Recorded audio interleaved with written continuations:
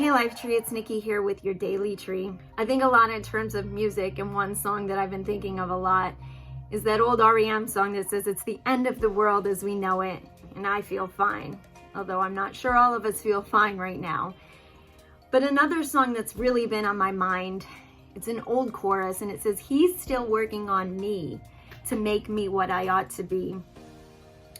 And this verse reminds me of the passage where Jesus tells us of the greatest commandment, which is to love him with all our heart, all our soul, all our mind, all our strength, and to love our neighbor as ourselves.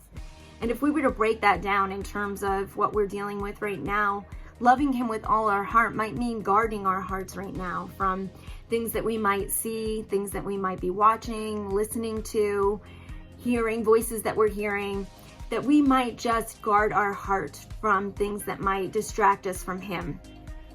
Loving him with all our soul might be something that I really struggle with, which is focusing on the fruits of the Spirit. Love, joy, peace, patience, kindness, goodness, faithfulness, gentleness, self-control, all of the things that we really need to focus on to make us fruitful in our lives.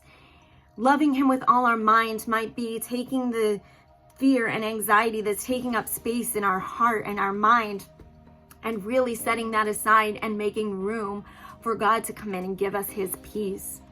And loving him with all our strength might be really exercising our spiritual life right now by spending more time in prayer and in the word. Loving our neighbor as ourselves might be reaching out to our physical neighbors to see how they're doing, or a friend. And we've talked about this before, reaching out, just making a phone call or sending a note in the mail to encourage someone.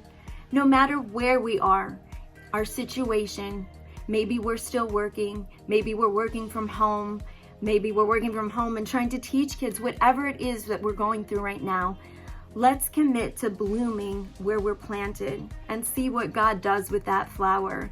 Let's commit to loving him more with our heart, our mind, our soul, and our strength. We're going to look back and say 2020 was a very difficult year. There's no doubt about that. But what if we looked back and said that 2020 was a difficult year, but it was the year that I fell more in love with Jesus than I ever have.